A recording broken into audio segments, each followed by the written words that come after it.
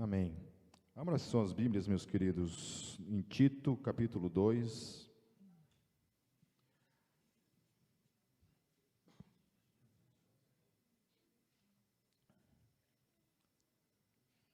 Hoje, a palavra tem um aspecto bem simples, não devo demorar muito também na meditação dela.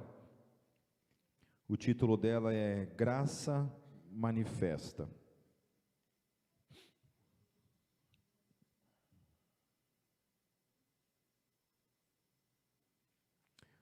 Vamos orar mais uma vez, queridos? Feche seus olhos mais uma vez.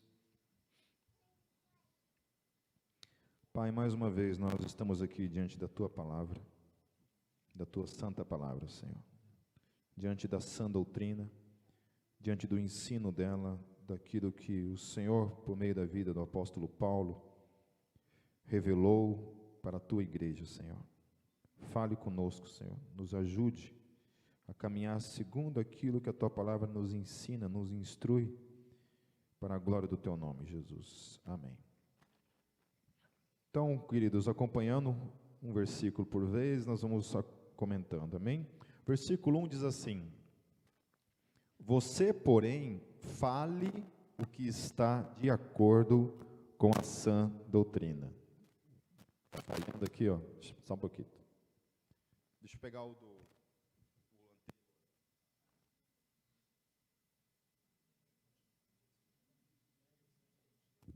Isso. É o que o Lucas estava. Ei, som. Ei, ei. Tá ligado. Ei, som. Ei, ei. Alô, som. Ei. Amém? Endemonhou ali o microfone. Vamos continuando aqui. Então, voltando. Você, porém, fale o que está de acordo com a sã doutrina. Amém? Então, essa é a função minha e tua. Falar aquilo que está de acordo com a sã doutrina. A sã doutrina, a gente já falou lá em Timóteo, que quando se fala de doutrina, nós estamos falando do quê? Estamos falando de um ensino, certo? Um ensino que veio da parte de Jesus para com a igreja. Isso é o são ensino. É o ensino que traz saúde, isso vem de saúde, é o ensino saudável para a minha vida e para a tua vida. É aquilo que Jesus nos ensinou, é aquilo que o apóstolo Paulo também trouxe como revelação para a igreja, amém? Então, eu e você não fomos chamados para pregar algo novo, necessariamente, revelar uma coisa nova, né, dentro da nossa questão de ortodoxia da igreja. A gente crê que a revelação de Deus, ela se encerra no primeiro século, ali com aqueles 27 livros do Novo Testamento.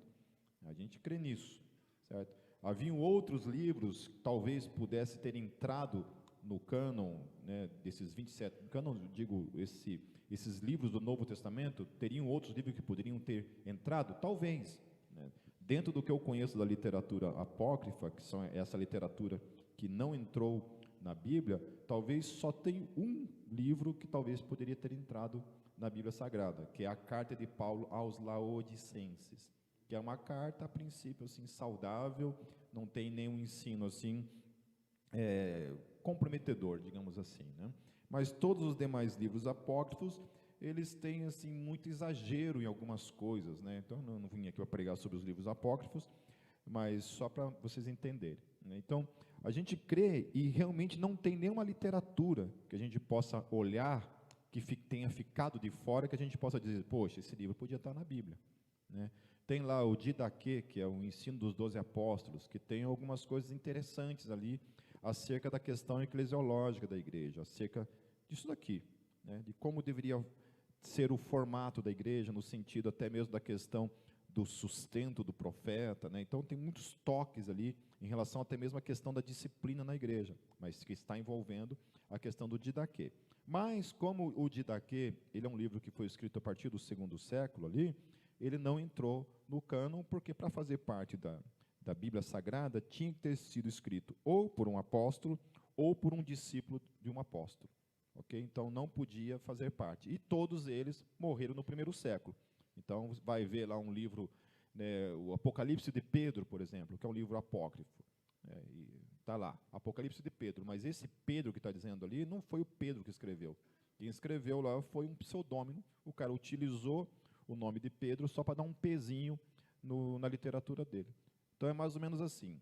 O dia que eu morrer, alguns de vocês, para fazer moral, escreve um livro e coloca, né, Evangelho do Pipe. Pronto, ganha dinheiro. Né? Eu não, mas você fica, quem sabe. Então, essa era a ideia. A ideia era pegar um nome de um apóstolo e colocar um nome daquele livro para dar peso àquele escrito. Então, por isso que tem muitos livros apócrifos que você vai ter lá, né? Evangelho de Tomé, Evangelho de Pedro, tudo aí. Mas todos eles escritos a partir do segundo século, então, por isso não entraram. Então, tudo isso eu estou falando só para dizer isso, que eu não fui chamado, e nem você, para ensinar algo novo. Nós temos o chamado de falar simplesmente da sã doutrina, é aquele ensino.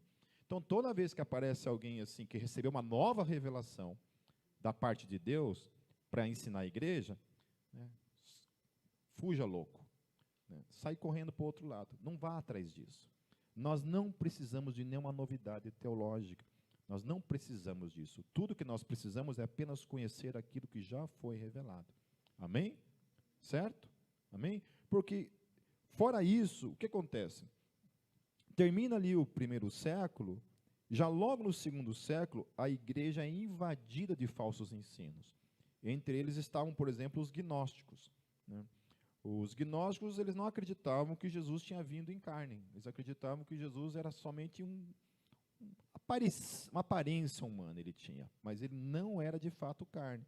Por quê? Porque eles acreditavam que isso daqui, ó, o físico, tudo que você vê que é material, é mal.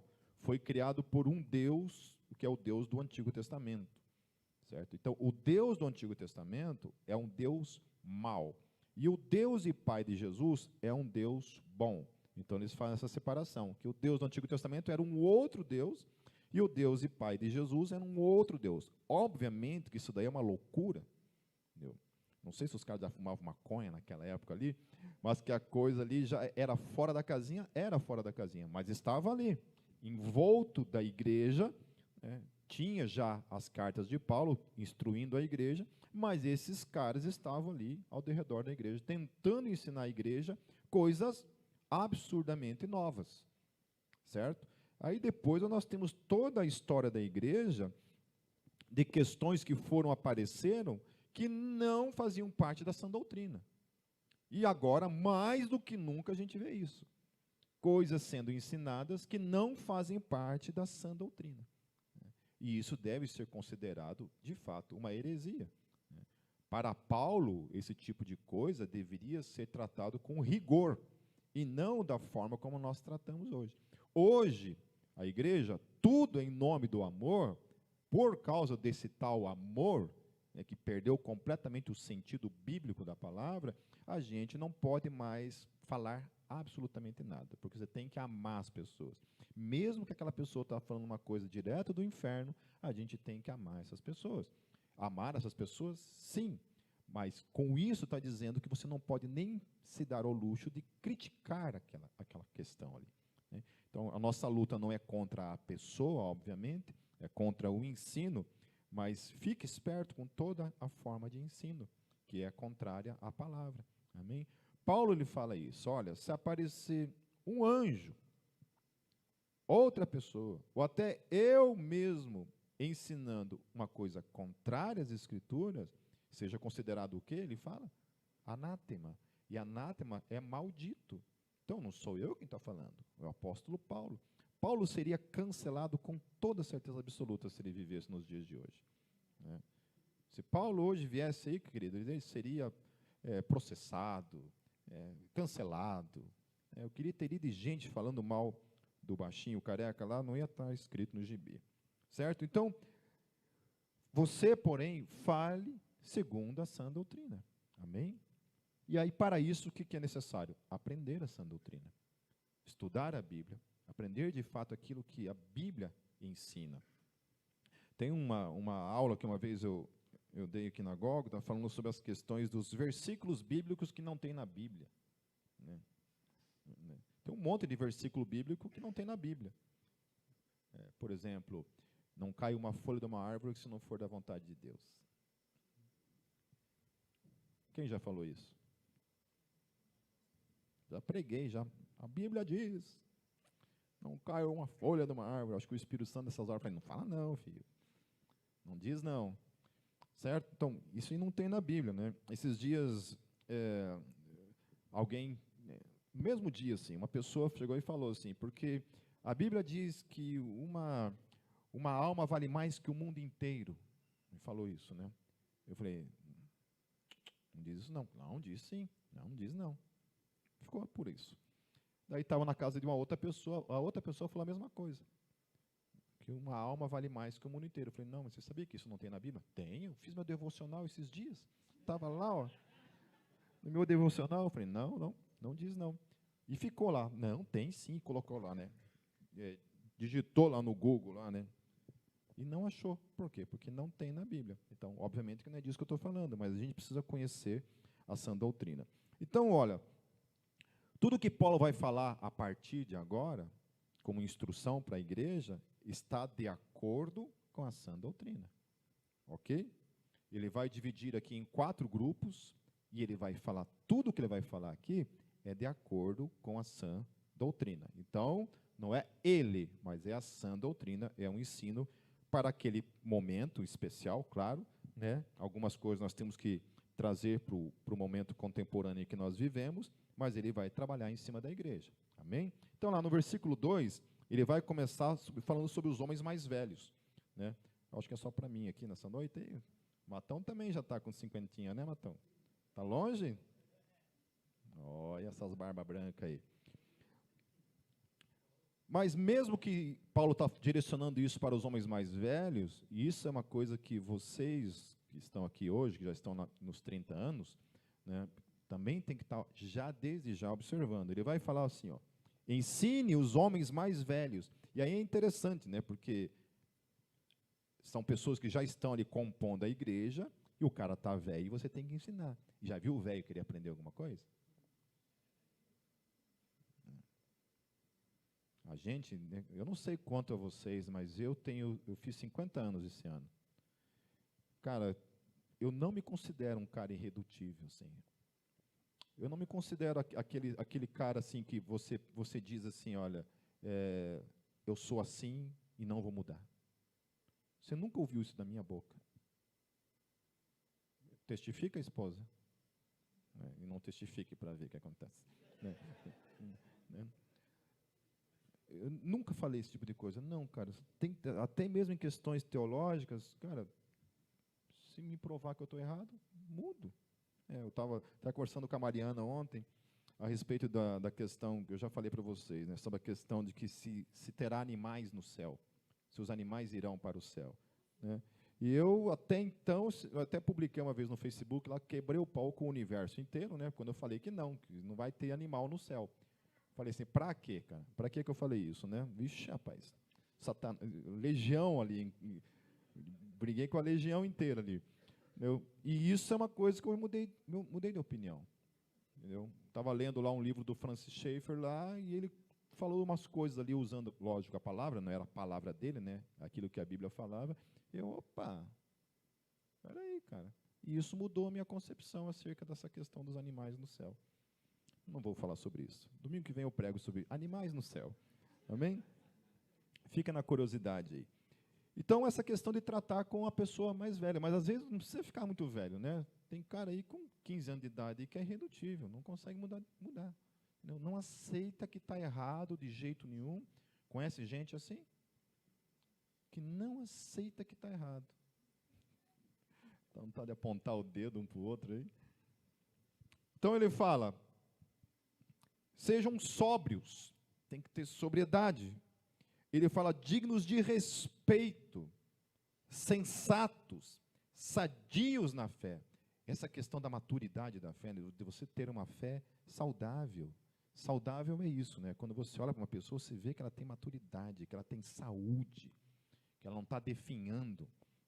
Porque uma das piores coisas, talvez, naquilo que a gente chama de igreja, cristianismo, sei lá o que acontece, que não acontecia antes, mas que tem acontecido partir da minha geração, talvez a geração mais antiga não seja assim, é que a geração mais antiga, como ela foi inundada, bombardeada de informações, cada vez mais informações, é uma geração que não persevera.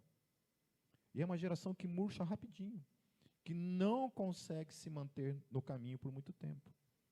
A outra coisa que acontece muito é esse êxodo o tempo todo de igreja em igreja, né? O cara fica ali uns 2, 3 anos numa igreja, migra para outra, novidade, ele fica todo feliz ali, dá 3 anos, começa a pipocar problema, ele vai para uma outra igreja, não consegue permanecer. Não consegue permanecer num chamado, não consegue permanecer numa vida constante de busca a Deus, de oração. Como é que isso funciona com você? Vocês que são jovens, que não são velhos, digamos assim. Porque Paulo está falando assim, olha, chama esse cara aí, ele tem que ter saúde na fé dele. E aí, quando você é um jovem que já está todo estragado já não está nem 5 anos na fé, já está querendo apostatar, já não aguenta mais ser crente. Fiquei sabendo do caso de um pastor que, 50 anos de ministério pastoral, 78 anos de idade, casado com uma única esposa, a vida inteira.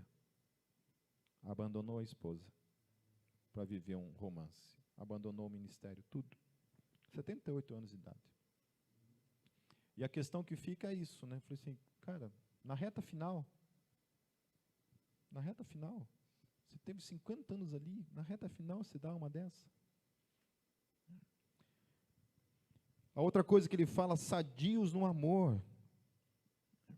Como é que tem sido essa questão do amor? E agora eu estou falando de amor bíblico mesmo, né? Não essa coisa emocional, essa coisa sentimental, hollywoodiana, que se quer, de alguma forma, empurrar para a fé cristã e que não tem nada a ver com a fé cristã. Quando a Bíblia fala de amor, é esse amor incondicional, esse amor que está disposto realmente a servir o outro, a suportar o outro.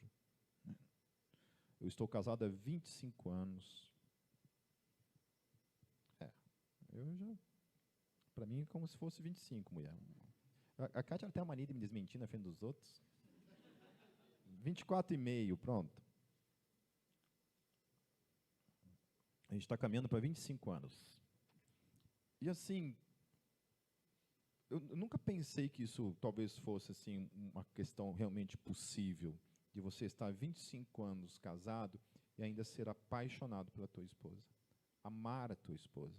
Todos os dias declaro e falo isso para ela. Não é porque ela está aqui. Depois vocês perguntam para ela se é verdade ou se é mentira isso. Todos os dias eu acordo e digo para ela que eu amo ela.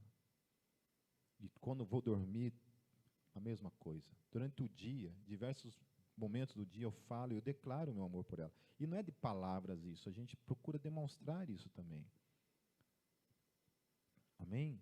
Isso é amor. Eu amo a igreja, eu amo as pessoas. A gente tem que amadurecer e a gente não pode perder, ser roubado dessa questão na nossa vida. Amém? Não pode ser domado pelo ódio, pelo rancor, pela raiva, pela inimizade. A gente tem que permanecer amando as pessoas, porque isso é sinal também de sobriedade, de maturidade na fé. Amém? Dentro de um casamento é a mesma coisa, é um desafio, obviamente que é. Né? Agora, se você perguntar para a Kátia assim, se em algum momento assim, foi fácil me amar, se era, isso aí é molezinha. Não. Difícil, é uma luta, muitas vezes. Vou parar por aqui antes que comece essas piadinhas.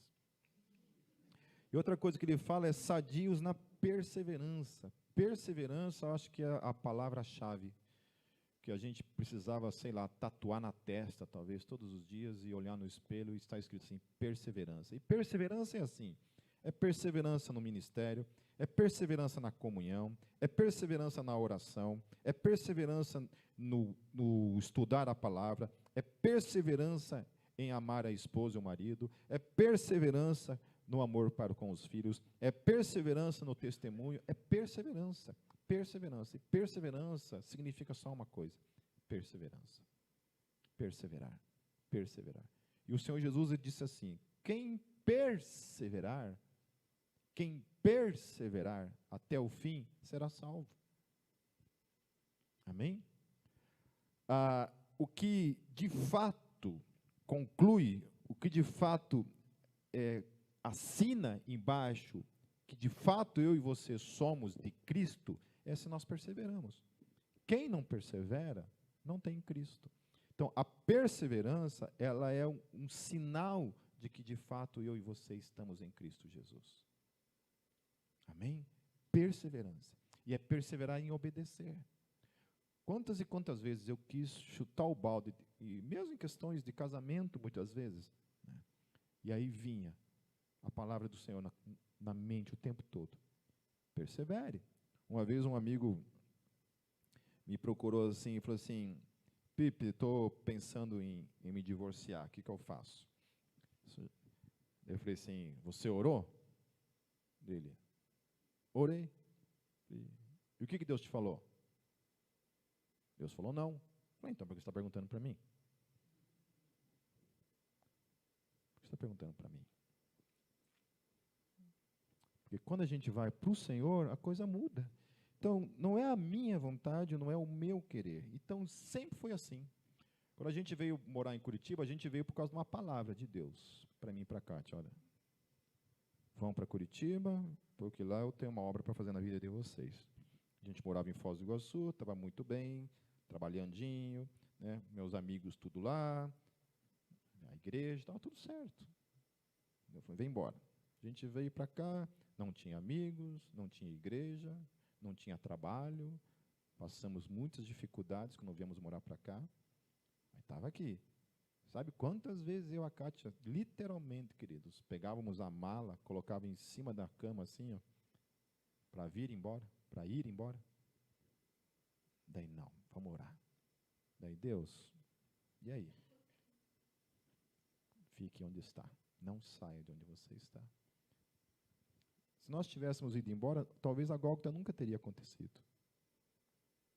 E as milhares de vidas que foram salvas por meio desse ministério seriam alcançadas talvez de outra maneira. Mas Deus queria que fosse por meio desse ministério. Amém, queridos? Então, sejam sadios na perseverança. E perseverança é uma coisa que precisa amadurecer nas nossas vidas, porque nós não somos mais meninos. As crianças estão tendo aulinha ali em cima. Aqui estão os adultos, os maduros, que precisam olhar para a vida com os olhos de Cristo e os olhos da maturidade. No versículo 3, ele vai falar: semelhantemente, ensine as mulheres mais velhas, também vai trabalhar a questão da maturidade envolvendo as mulheres, a serem reverentes na sua maneira de viver, a não serem caluniadoras, nem escravizadas a muito vinho, mas a serem capazes de ensinar o que é bom. Assim, poderão orientar as mulheres mais jovens a amarem seus maridos e seus filhos, a serem prudentes e puras, a estarem ocupadas em casa e a serem bondosas e sujeitas aos seus próprios maridos, a fim de que a palavra de Deus não seja difamada. Amém? Eu acho interessante aqui Paulo falar que não sejam escravizadas a muito vinho, né? Essa mulherada daquela época ali entortava o caneco, pelo visto aqui, né? Então ele fala assim: reverentes na sua maneira de viver. Paulo ele vai confrontar dessa questão da mulher ter na sua vida reverência como uma maneira de viver, como uma forma de viver. E aí ele fala aqui: não caluniadoras. O que vocês entendem por caluniadores? Fofoqueirinha, né? Desde aquele tempo já. Estou brincando, a gente sabe que tem homem que é pior que mulher, né? Certo? Então ele fala: não caluniadoras. Então, alguém conhece pessoas assim que não sabe fazer outra coisa na vida? A única coisa é falar mal dos outros. Você só se reúne com essa pessoa, você quer conversar sobre qualquer outra coisa. Não, tem que falar mal dos outros. É a única coisa que vem na mente e na boca. Então, ainda que Paulo está falando isso para a orientação das mulheres mais velhas, isso também é algo que eu e você precisamos olhar. Como é que é isso na minha e na tua vida? Como funciona isso? E ela fala também que sejam capazes de ensinar o que é bom para orientar as mulheres mais jovens a amarem seus maridos e seus filhos. É interessante esses desafios, né, que a gente já vê ali na igreja no século I, 2000 anos atrás. A gente percebe que a estrutura familiar precisava de uma orientação nesse aspecto do amor aos filhos, amor ao marido. Porque Paulo só está falando isso porque fatalmente existiam essas questões ali. E amar aqui, sempre quando vai falar de amor no Novo Testamento, não está falando de eros, não está falando de filéu, não está falando de amizade, não está falando de sentimento. Não é isso. Paulo não está falando assim, ame o seu marido com um sentimento apaixonado, hollywoodiano. Não é isso. Amor é amor ágape. Esse é o amor. O desafio do amor do marido para com a esposa, da esposa para com o marido, é isso. É o amor ágape. É o amor que renuncia a si mesmo, renuncia às suas vontades, renuncia aos seus sonhos para amar. A doutora Clarice, ela faz uma comparação interessante sobre relacionamentos, né? Existe um tipo de relacionamento, imagine um círculo, né? Eu não tenho onde desenhar agora aqui. Um círculo, digamos que é o marido, e um círculo menor é a esposa. Então, é quando uma relação sobrepõe a outra, anula a outra, destrói a personalidade da outra, as vontades da outra, literalmente. Só uma vontade prevalece. Conhece casamento assim? Onde só uma vontade prevalece, mais nenhuma. Só ou do marido prevalece, a esposa desaparece nessa relação, ou só a esposa prevalece e o marido desaparece nessa relação. Esse tipo de relação é nociva. Não é o padrão bíblico. O outro tipo de relação, você imagina agora dois círculos. Um é o marido e o outro é a esposa. Cada um tem a sua vida, a sua individualidade, a sua forma de viver, né? Muitos hoje em dia estão morando até em casas separadas. Já existe esse padrão de casamento hoje. O marido mora numa casa, a esposa mora em outra casa. Também não é isso. Também não é cada um vai viver a sua vida. E ela fala que o padrão de Deus é quando dois círculos se cruzam, não se sobrepõem. Existem as individualidades de cada um, mas eles estão unidos pelo amor. E aqui o foco que mantém unido eles deve ser o amor ágape. Mantenham as suas individualidades, mas estejam sempre unidos por esse amor que paga um preço. Então, muitas vezes eu preciso dizer não. Não para mim mesmo, por amor à minha esposa, e amém. Porque é assim que funciona. Não é um ringue, não é uma briga. E ela muitas vezes precisa ceder também. Agora, quando tem um casamento que ninguém cede, meu querido, aí nem Deus, aí Satanás reina mesmo. Entroniza ali o seu trono e reina, e arrebenta com tudo. Então ele está falando sobre isso, né? Ele fala também que a serem prudentes e puras, né? E a serem bondosas. Alguém conhece mulher ruim aí?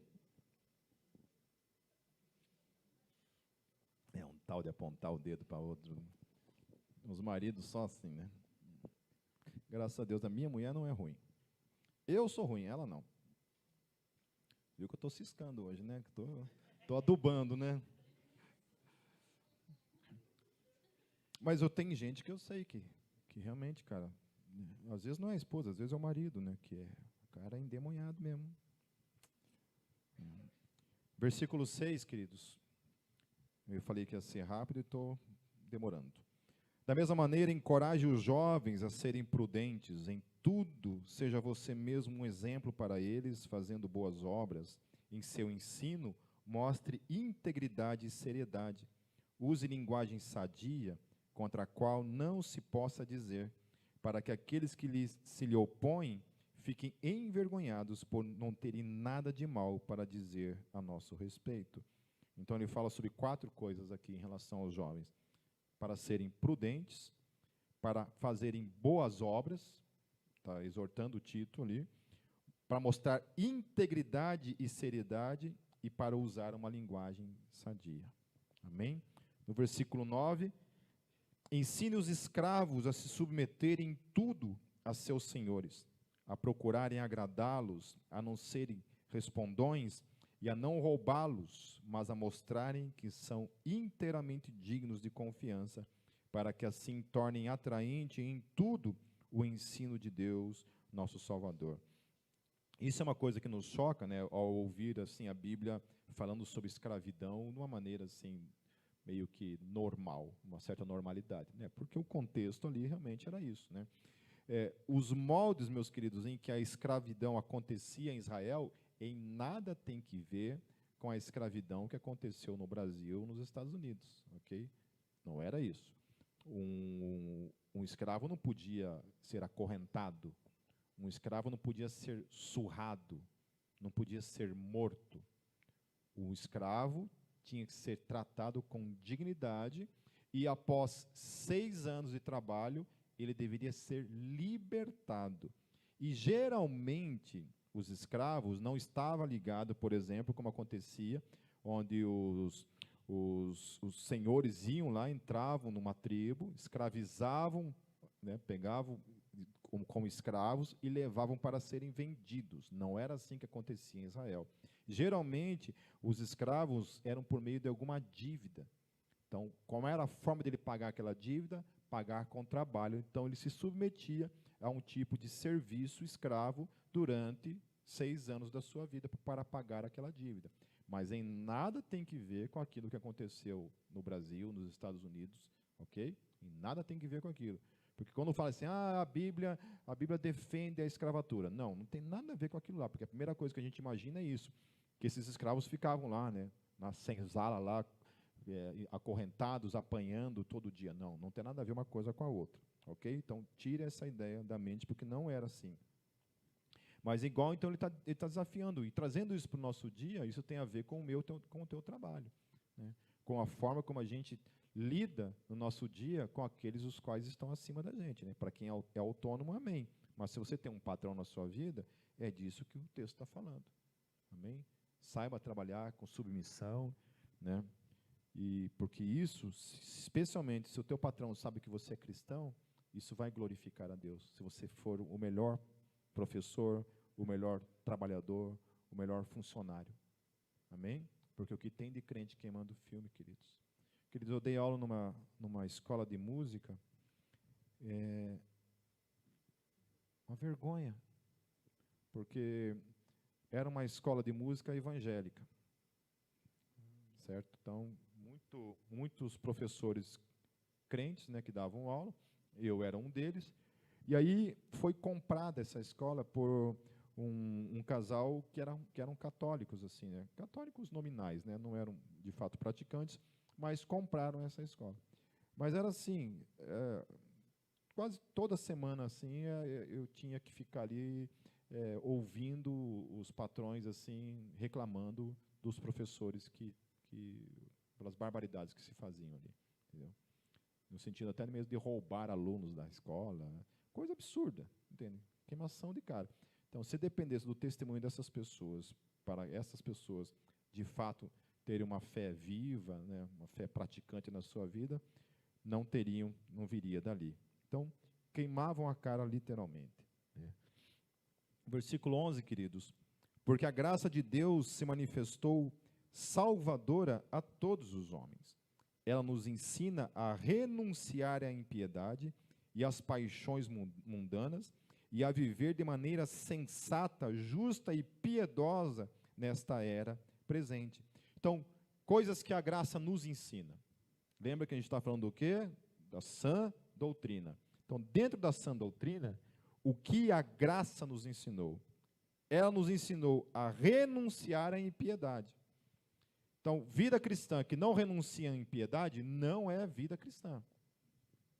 A outra coisa, renunciar às paixões mundanas. Alguém tem dúvida do que significa paixões mundanas?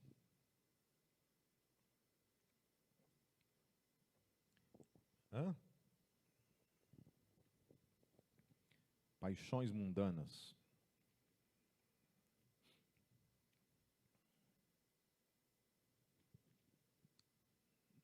Paixões mundanas é tudo aquilo que te leva para longe de Deus, ao invés de te empurrar para Deus. Tudo isso é paixão mundana.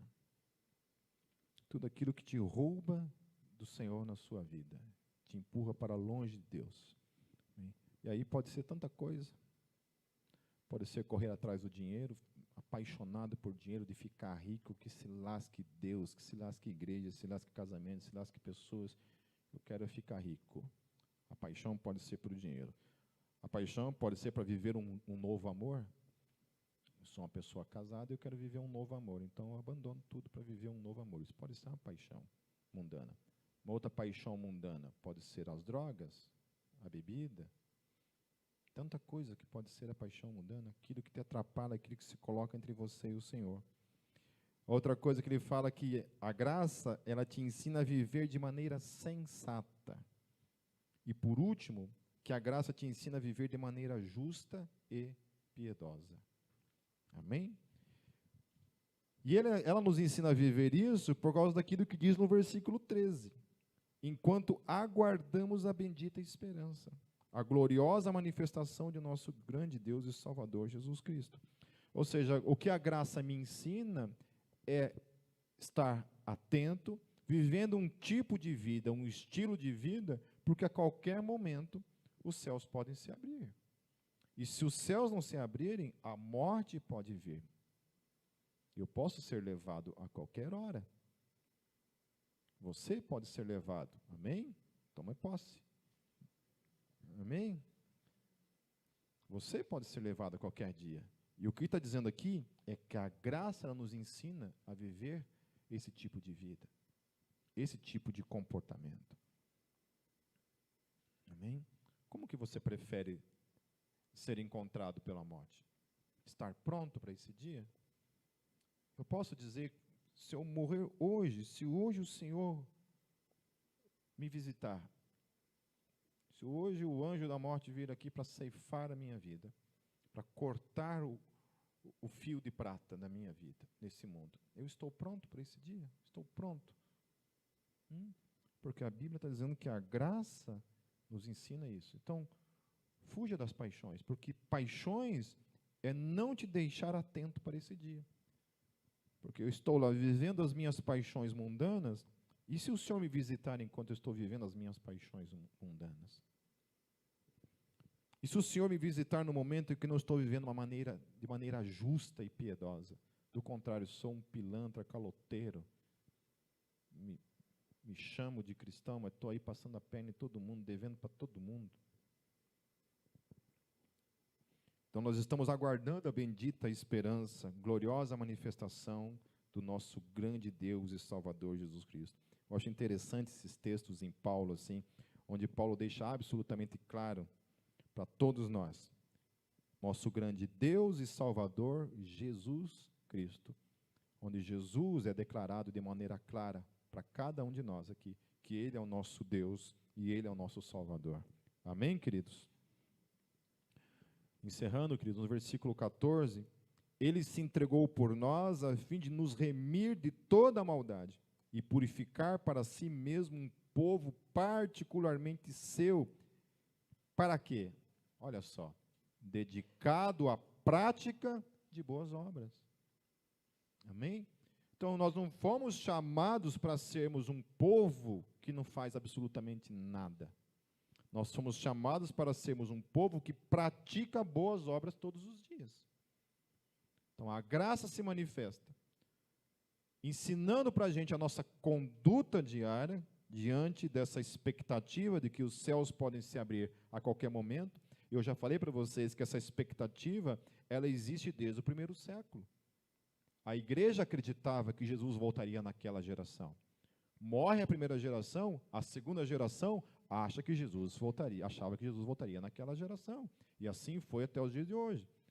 Veio essa pandemia e o que teve de gente me mandando mensagem no WhatsApp, Pipe, é o fim. É o fim. Jesus vai voltar.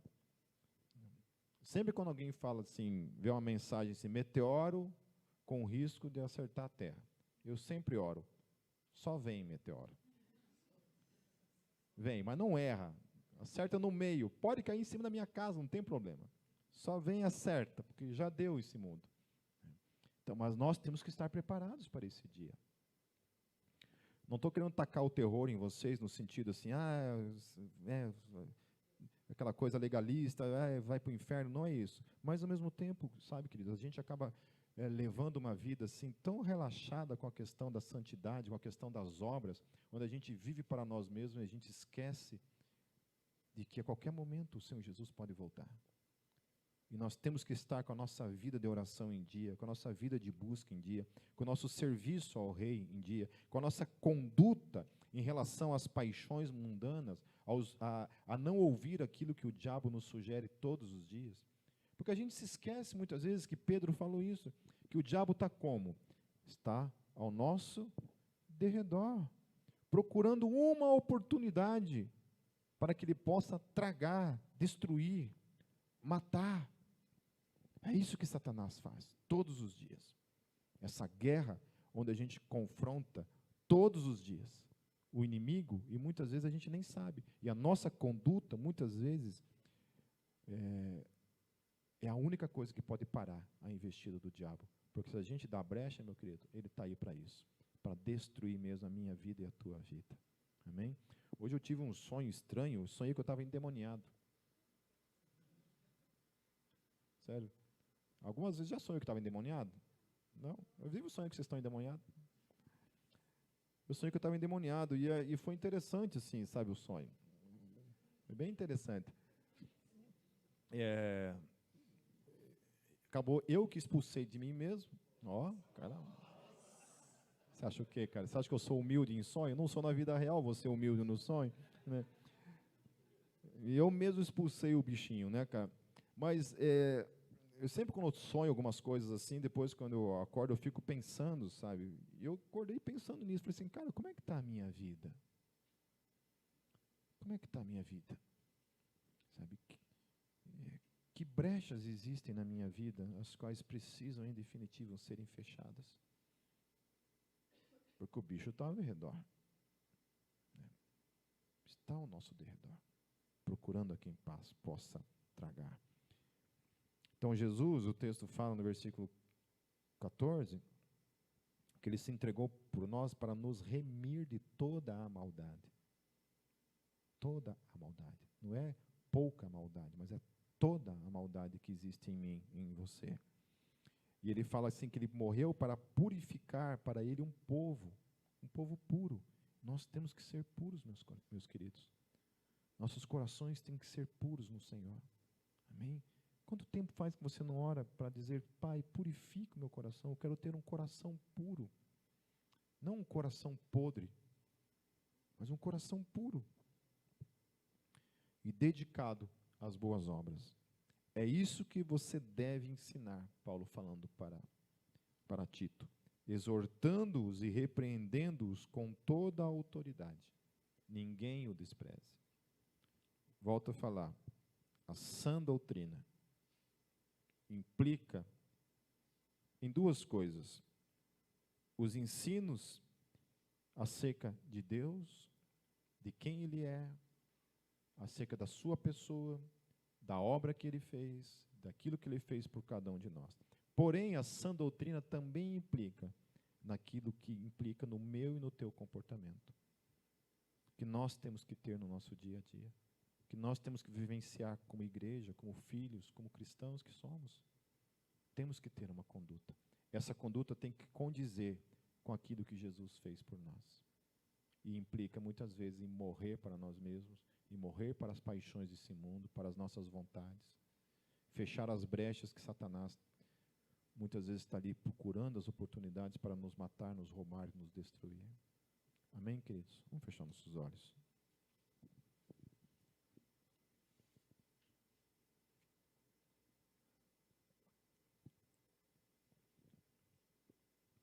Senhor, às vezes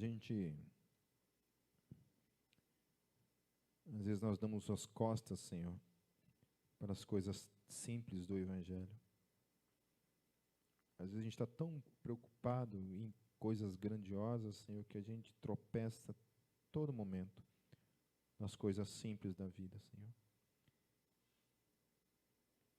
especialmente, Senhor Jesus, as coisas ligadas à nossa santificação e ao nosso chamado, Deus. As obras que o Senhor preparou para cada um de nós. E que nós muitas vezes não conseguimos ser fiéis, Pai, em nenhuma das duas coisas. Deus, a Tua graça se manifesta em nossas vidas, Senhor. Testificando em nosso espírito, Senhor, aquilo que nós devemos fazer no dia a dia, Senhor, como conduta diante do Senhor. Tem misericórdia de nós, Senhor, e nos ajude, Senhor, a caminhar segundo o Teu coração. Sermos, de fato, Deus, um povo puro, um povo santo, um povo que caminha por meio da fé, um povo justo, Senhor, um povo sóbrio, um povo que ama, um povo que persevera, Senhor. Deus, tem misericórdia de nós, Senhor. Purifica os nossos lábios, as nossas mentes, os nossos corações, Senhor, para que possamos viver, Senhor Jesus, preparados, capacitados, Pai, por meio da Tua graça, sim, Deus, mas porque não temos nada do que nos envergonharmos, Senhor, para que quando esses céus se abrirem, Senhor, não haja desespero, que não queiramos, Senhor Jesus, clamar aos montes que recaiam sobre nós, Senhor.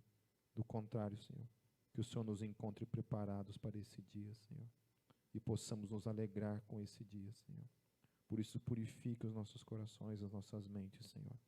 Nos capacite, nos prepare, Senhor, porque hoje pode ser o dia em que o Senhor nos chama. Hoje pode ser o dia em que esses céus se abram. Em Teu nome, Jesus, eu oro.